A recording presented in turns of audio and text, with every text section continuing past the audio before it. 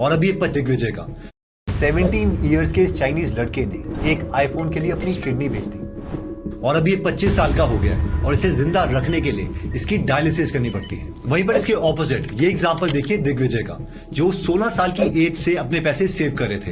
इन्होंने call centre की job करी, वहां से भी पैसे सेव किए और फाइनली एक चॉकलेट की फैक्ट्री खोली जिसका अब एनुअल टर्नओवर ऑलमोस्ट 1 करोड़ पहुंच चुका है। फाइनेंशियल क्लोजिंग टर्नओवर जो है अप्रॉक्स 1 करोड़ का हुआ है। अब इस चाइनीज लड़के की तरह हमें से मैक्सिमम इंडियंस भी इसी तरीके से पैसे वेस्ट करते हैं और मैं ये कोई 1-2 एग्जांपल लेके नहीं कह रहा। एक रिपोर्ट के अकॉर्डिंग 75% इंडियंस के पास अपना इमरजेंसी फंड नहीं है, यानी कल को कोई भी डिफिकल्ट सिचुएशन आती है उनके लाइफ में, वो खुद को और अपनी फैमिली को प्रोटेक्ट नहीं कर सकते। तो इस वीडियो में हम ये डिस्कस करेंगे कि जो इंडियन मिडिल क्लास है वो खुद की फांसी क्यों चढ़ा देती है। गरीब लोगों के पास पैसा नहीं है हम मानते हैं, लेकिन मिडिल क्लास के पास पैसा है, लेकिन उनकी पैसे की डिसीजन मेकिंग वो बहुत ही खराब है। फर्स्ट रीजन आता है इंपल्सिव एंड कंपल्सिव बाइंग। ये लेडी यूके में रहती है जिस पर कंपल्सिव बाइंग की हैबिट है, जिसकी वजह से ये 8.25 लाख रुपए से भी ज्यादा रुपीस के कर्ज में डूबी है। I'm in about £7,500 debt. जिसकी मंथली सैलरी 2,06,000 रुपए के करीब है, लेकिन फिर भी ये खुद को शॉपिंग करने से नहीं रोक पाती। इनका कहना है कि अगर कोई भी प्रोडक्ट इनके बजट के बाहर भी जा रहा है तो भी उसको खरीदती ही है। I might not want to buy, but I just buy it. उन्होंने घर की अलमारी को डिजाइनर शूज, ज्वेलरी, बैग सबसे भर रखा है। ये कहते हैं कि अगर ये शॉपिंग ना करे तो इनको डिप्रेशन होने लग जाएगा। हम इंडियन मिडिल क्लास का भी कुछ इसी तरीके से हाल है, बिकॉज एक रिसर्च के अकॉर्डिंग 79% इंडियन पॉपुलेशन इंपल्सिव और कंपल्सिव बाइंग की हैबिट की शिकार है। अगर मैं आपको इसका एग्जांपल दूं तो 2022 में Amazon और फ्लिपकार्ट ने बिग बिलियन डेज और ग्रेट इंडियन फेस्टिवल का ऑफर दिया था, जिसमें 4 दिन के अंदर अंदर 11,000 करोड़ के मोबाइल फोन बिके और इसके बाद भी हजारों करोड़ के बाकी प्रोडक्ट्स बिके। अब ऑब्वियसली इससे तो कंपनीज को बहुत फायदा हुआ, बट ये इंसिडेंट इंडियन नेचर को बहुत अच्छे ढंग से बताता है। तो अब सवाल आता है कि इसका सोल्यूशन क्या है। सबसे पहले हमें ये समझना पड़ेगा कि जो इंपल्सिव और कंपल्सिव बाइंग है वो होती क्यों है। ये होती है 2 कारणों की वजह से। पहला एक्साइटमेंट और second is FOMO, which is fear of missing out. यानी कि 1, हम किसी प्रोडक्ट को देख के इतने एक्साइटेड हो जाते हैं कि हम उसे खरीद ही लेते हैं, या फिर सेकंड फोमो, जिसका मतलब है कि अगर 50% कहीं पर ऑफर चल रहा है तो हम उसे मिस नहीं करना चाहते और फिर बिना सोचे वो चीज खरीद लेते हैं। एक्साइटमेंट का अगर मैं आपको एग्जांपल दूं तो 2020 में एप्पल ने एयरपॉड इतने के बेचे हैं जितना कि उस साल एडोबी ने पूरा का पूरा बिजनेस नहीं किया, स्पॉटिफाई ने उतना बिजनेस नहीं किया, इवन की स्नैपचैट जैसी कंपनीज ने उतना बिजनेस नहीं किया। इन शॉर्ट, ये जो ब्रांड की एक्साइटमेंट है, स्पेशली एप्पल ब्रांड की, उसमें हम लोग अपने को रोक ही नहीं पाते। एक्साइटमेंट को रोकने का सोल्यूशन आता है the rule of 24, which means कि अगर हमें बहुत ज्यादा एक्साइटमेंट हो रही है किसी प्रोडक्ट को खरीदने की तो हम कम से कम खुद को 24 घंटे देंगे उस प्रोडक्ट को खरीदने के लिए, और फिर हम खुद से बात करेंगे कि एक्चुअल में क्या मुझे ये प्रोडक्ट चाहिए या फिर कोई चीपर प्राइस पर मैं कोई सिमिलर टाइप की कैपेबिलिटी का प्रोडक्ट ले सकता हूं। यानी उस प्रोडक्ट की यूसेज और उसकी एक्साइटमेंट को अलग करना। नेक्स्ट पॉइंट आता है शो ऑफ। ये जो आप क्राउड देख रहे हो, ये किसी पॉलिटिशियन या सेलिब्रिटी को देखने के लिए नहीं आया है। ये आया है हैदराबाद में एक शोरूम खोलने के ऊपर, और इस शोरूम का नाम है IKEA। इस शोरूम के ओपनिंग डे में 40,000 लोग इस शोरूम को विजिट करने के लिए आए। ये इतना ज्यादा क्राउड था कि इस क्राउड को मैनेज करने के लिए पुलिस बुलवानी पड़ी, और तो और उस दिन 1 करोड़ से ज्यादा के प्रोडक्ट्स भी इन्होंने सेल किए। बट हम इमेजिन कर सकते हैं कि शो ऑफ और डिस्काउंट्स के लिए हम किस हद तक जा सकते हैं। जैसे कि हम सब जानते हैं कि इंडियन मिडिल क्लास में गोल्ड खरीदने का ट्रेंड एक्सट्रीम लेवल पर चल रहा है। इवन की एक रिपोर्ट के अकॉर्डिंग 70% से भी ज्यादा लोग गोल्ड सिर्फ इसलिए बाय करते हैं क्योंकि वो शो ऑफ करना चाहते हैं, ताकि सोसाइटी और रिलेटिव्स के सामने ये बोल सके 50 तोला। दरअसल इंडिया में शो ऑफ का ट्रेंड इस हद तक हो गया है कि अगर कोई हमारा फ्रेंड आईफोन या ब्रांडेड आउटफिट बाय करता है तो हम भी उसके साथ कंपीट करने के लिए आईफोन या ब्रांडेड आउटफिट्स खरीदने लग जाएंगे, चाहे हमारी पॉकेट उसके लिए अलाउ करती भी हो या नहीं। और शो ऑफ का एक सोल्यूशन है which is 2x rule, meaning कि अगर मैं कोई चीज खरीदना चाहता हूं तो कम से कम मेरे पास इतने पैसे होने चाहिए कि मैं उसे 2 बार खरीद सकूं। फॉर एग्जाम्पल, अगर मैं 1.5 लाख का आईफोन खरीदना चाहता हूं तो कम से कम मेरे पास 3 लाख रुपए होने चाहिए। अगर आप उसको EMI में खरीद रहे हो तो उस वक्त आपके लिए वो पॉकेट अलाउ नहीं करती। थर्ड पॉइंट आता है लेट इन्वेस्टमेंट।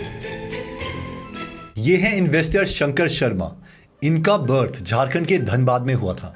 वो एक मिडिल क्लास फैमिली से बिलोंग करते थे और उनके फादर की डेथ के बाद उन्होंने अपनी पहली इन्वेस्टमेंट 19 साल की एज में करी, और वो भी अपनी माँ से 2,000 रुपए उधार लेके। उसके बाद उन्होंने अपना MBA कंप्लीट किया और फिर 15 महीने तक एक जॉब करी, और जॉब में उनको मजा नहीं आया। शुरू के 2-3 साल तक उन्हें अपने डेली नीड्स को पूरा करने के लिए बहुत स्ट्रगल करना पड़ा, लेकिन फिर प्रॉपर नॉलेज और एक्सपीरियंस उन्होंने धीरे धीरे गेन किया और उनकी वेल्थ इंक्रीज होती रही और आज उनकी नेटवर्थ 60 करोड़ रुपए है। और वहीं दूसरी तरफ हम में से मैक्सिमम मिडिल क्लास या तो इन्वेस्टमेंट करते ही नहीं है या फिर बहुत ही लेट इन्वेस्टमेंट स्टार्ट करते हैं, जबकि जो सक्सेसफुल इन्वेस्टर्स हैं वो 35 साल की एज तक रिटायरमेंट ले चुके होते हैं। इसके अलावा शंकर शर्मा का कहना है कि उनकी सक्सेस का secret daily book reading habit है।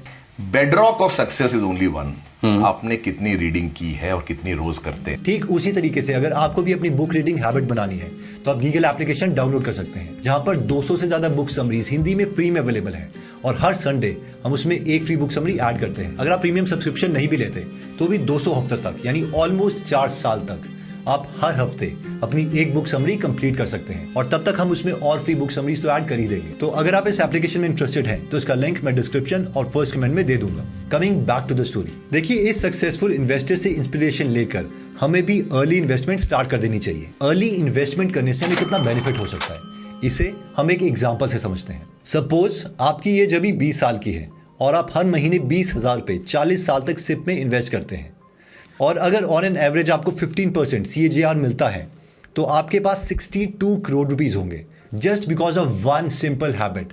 इसमें आपको कोई दिमाग नहीं लगाना पड़ा, एक्टिवली अपने पैसे मैनेज नहीं करने पड़े। वहीं पर अगर हम इन्वेस्टमेंट 35 साल की एज में स्टार्ट करते हैं तो जब हम 60 साल के हो जाएंगे तो हमें सिर्फ 6.5 करोड़ रुपए मिलेंगे, यानी कि पूरे 55 करोड़ रुपए कम। और इतना नेटवर्थ का फर्क सिर्फ इसीलिए है क्योंकि हमने इन्वेस्टमेंट लेट स्टार्ट करी थी। नेक्स्ट पॉइंट कहता है लॉटरी मेंटालिटी, यानी 21 दिन में पैसे डबल। ये लाइन इंडिया में इतनी पॉपुलर है कि हम सब इसे अच्छे ढंग से जानते हैं। इंडियन मिडिल क्लास को बहुत जल्दी अमीर बनने का डिजायर है, जो कि एक अच्छा डिजायर है, बट इस डिजायर की वजह से बहुत से स्कैमर्स हमें स्कैम कर देते हैं और मैक्सिमम ऐसी कंपनीज MLM यानी पिरामिड स्कीम को फॉलो करती। मैं आपको बताता हूं कि ओवरऑल MLM का स्ट्रक्चर काम कैसे करता है। ऊपर के कुछ लोगों को शुरू में बहुत ज्यादा पैसे दिए जाते हैं। एक कहावत है वॉरेन बफेट की कि सबसे बड़ा दुख दुनिया में वो है कि आप अपने दोस्त को अमीर होते हुए देखते हो, और इस चीज का ये स्कीम बहुत फायदा उठाती है। फॉर एग्जाम्पल, आपके दोस्त ने पैसे लगाए और उसे रिटर्न मिलने लग गया और ये पिरामिड जो है वो बनने लग गया। आप बोलोगे यार मैंने गूगल की वीडियो देखी थी, बट ये गूगल वाला तो पागल है, यहाँ पर देखो मेरे दोस्त को पैसे मिल रहे हैं, उसको रिटर्न मिल रहे हैं। और फिर आप अपने पैसे वहां पर इन्वेस्ट करते हो और जैसे ही आप अपने पैसे इन्वेस्ट करोगे उसी वक्त उन स्कैमर्स के पास इतना अमाउंट इकट्ठा हो जाएगा कि अब वो पैसे नहीं देंगे। शुरू में जो वो पैसे दे रहे थे वो सोशल प्रूफ के लिए था ताकि ज्यादा से ज्यादा लोग उसमें पैसे इन्वेस्ट करें। अब ज्यादातर ये जो लोग हैं वो बाहर की फॉरेन कंपनी का नाम यूज करते हैं, जैसे कि अगर मैं आपको एग्जांपल दूं फ्रीसीनियस नाम की जर्मनी कंपनी का, जिसके नाम से थोड़े टाइम पहले ही मार्केट में एक पिरामिड सेलिंग स्कीम रन हुई थी और बहुत लोगों को नुकसान हो गया। मेरे एक टीम मेंबर है शौर्य, जिनके फ्रेंड के साथ ये इंसिडेंट हुआ और उनसे हमने उनके मोबाइल के स्क्रीनशॉट मंगवाए। नॉर्मली ये लोग अपनी स्कीम को प्रमोट करने के लिए व्हाट्सएप यूज करते थे, क्योंकि अगर कोई इंसान आपके व्हाट्सएप तक पहुंच गया तो एक ट्रस्ट क्रिएट हो जाता है। ये लोग ये भी जानते थे कि अगर गांव वालों का ट्रस्ट जीतना है तो उनकी लोकल लैंग्वेज में बात करनी पड़ेगी। इसलिए जो सारे मैसेजेस हैं आप गुजराती में देख रहे हो। आप में से जिनको गुजराती आती है तो आप इस वीडियो को पॉज करके इनके मैसेजेस पढ़ सकते हैं। इनके फ्रॉड के बारे में आपको कंज्यूमर कोर्ट के पोर्टल पे काफी सारी कंप्लेंट्स भी दिख जाएंगी। इन सारी कंप्लेंट को मैं पढ़ रहा था और एक कंप्लेंट में लिखा था कि एक इंसान ने 2 लाख रुपए स्कीम में लूज कर दिए और सिमिलरली ऐसी पॉन्जी स्कीम में अपने 20 लाख रुपए लॉस कर देने के बाद इस 32 साल के एक इंसान ने डिप्रेशन में आकर सुसाइड कर लिया। बट इसके बावजूद ये लॉटरी मेंटालिटी, ये जल्दी अमीर बनने का सपना हम सबसे छोड़ा नहीं जाता और इसका फायदा ये स्कैमर्स उठाते ही उठाते हैं। अब मेन सवाल आता है कि इसका सोल्यूशन क्या है। तो सोल्यूशन तो साइकोलॉजिकल है, यानी हमें खुद को कंट्रोल करना पड़ेगा। बट हाँ, एक रेड अलर्ट है। अगर कोई भी कंपनी हमें बहुत जल्दी अमीर बनने का सपना दिखाती है तो मोस्ट प्रोबेबली वो एक फ्रॉड कंपनी है। एंड शॉर्ट चॉइस हमारी है कि हमें इंडिया की टॉप 50 कंपनीज में इन्वेस्ट करना है, यानी कि इंडेक्स फंड में इन्वेस्ट करना है, या फिर जल्दी अमीर बनने के सपने के चक्कर में अपने पैसे लूज करने हैं। नेक्स्ट पॉइंट आता है high usage of credit card. इस न्यूज आर्टिकल के अकॉर्डिंग दिल्ली में रहने वाला एक पर्सन अपनी डॉटर को साथ लेकर बिल्डिंग के 4th फ्लोर से जंप करके सुसाइड कर लेता है, सिर्फ इसलिए क्योंकि उसके ऊपर 8 लाख रुपए का क्रेडिट कार्ड का बिल था। इसी न्यूज के अकॉर्डिंग उसके पास 8 डिफरेंट बैंक के क्रेडिट कार्ड थे। अननेसेसरी क्रेडिट का यूसेज हमारे क्रेडिट कार्ड डेट को तो इंक्रीज करता ही है और हमें से मोस्ट ऑफ द पीपल उसे टाइम से पे नहीं कर पाते। एक सर्वे के अकॉर्डिंग हम इंडियन लोगों के ऊपर 2 लाख करोड़ के क्रेडिट कार्ड का बिल पेंडिंग है। ये अमाउंट इतना बड़ा है कि इसे आप स्विगी, जोमेटो और अपोलो हॉस्पिटल जैसी कंपनीज खरीद सकते हो और इसके बाद भी आपके पास 40,000 करोड़ रुपए बच जाएंगे। इसके अलावा मनी कंट्रोल के एक आर्टिकल के अकॉर्डिंग एक क्रेडिट कार्ड के ऊपर कम से कम हर महीने 15,000 रुपए स्पेंड किए जाते हैं। मैं यहाँ पर ये बिल्कुल भी नहीं कह रहा हूँ कि सारी क्रेडिट कार्ड की स्पेंडिंग अननेसेसरी है, बट पॉइंट ये है कि जितना ज्यादा हम क्रेडिट कार्ड यूज करेंगे बैंक उतना ही ज्यादा हमसे मोस्ट प्रोबेबली प्रॉफिट कमाएंगे और इसीलिए हमारे पास सेविंग के लिए कुछ बचेगा ही नहीं। इसे मैं आपको एक एग्जांपल से समझाता हूँ। हम एज्यूम करते हैं कि हमारे क्रेडिट कार्ड की बिलिंग डेट मंथ की 10th है, यानी कि हम जो भी स्पेंडिंग करते हैं उसका बिल महीने की 10th तारीख तक हमें भरना पड़ेगा। अब हम मान लेते हैं कि मंथ के शुरू में यानी पहली तारीख को हम 1 लाख रुपए क्रेडिट कार्ड से स्पेंड करते हैं और हमें उस महीने की 25 तारीख को वो सारे पैसे वापस करने हैं। नेक्स्ट हम ये एज्यूम करते हैं कि हमारे पास 25 तारीख को पूरे पैसे नहीं थे, इसलिए हमने मिनिमम ड्यू अमाउंट को पे किया, let's say it is 5,000 rupees. उसके बाद हमें बचे हुए अमाउंट जो कि 95,000 रुपीज है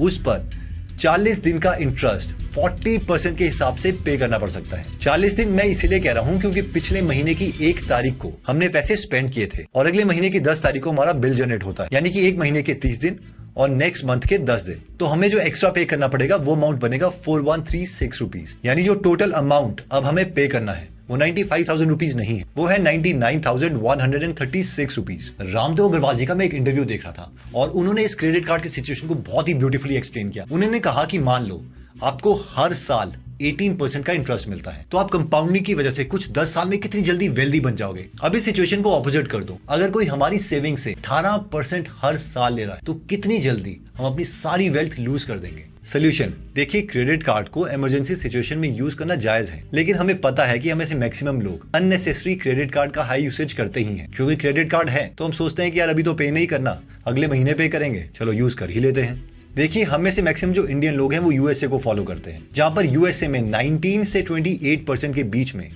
हमसे लेट फीस ली जाती है। वहीं पर इंडिया में ये अमाउंट 40% तक है। तो हमें से जो लोग कंट्रोल नहीं कर सकते तो बेस्ट यही है कि हम क्रेडिट कार्ड यूज ही ना करें। इन कंक्लूजन, इस वीडियो में हमने उन रीजंस की बात करी जिसकी वजह से हमारे पास पैसे सेव नहीं हो पाते। इसके अलावा 3 और सोल्यूशंस मैं आपके साथ डिस्कस करना चाहूंगा।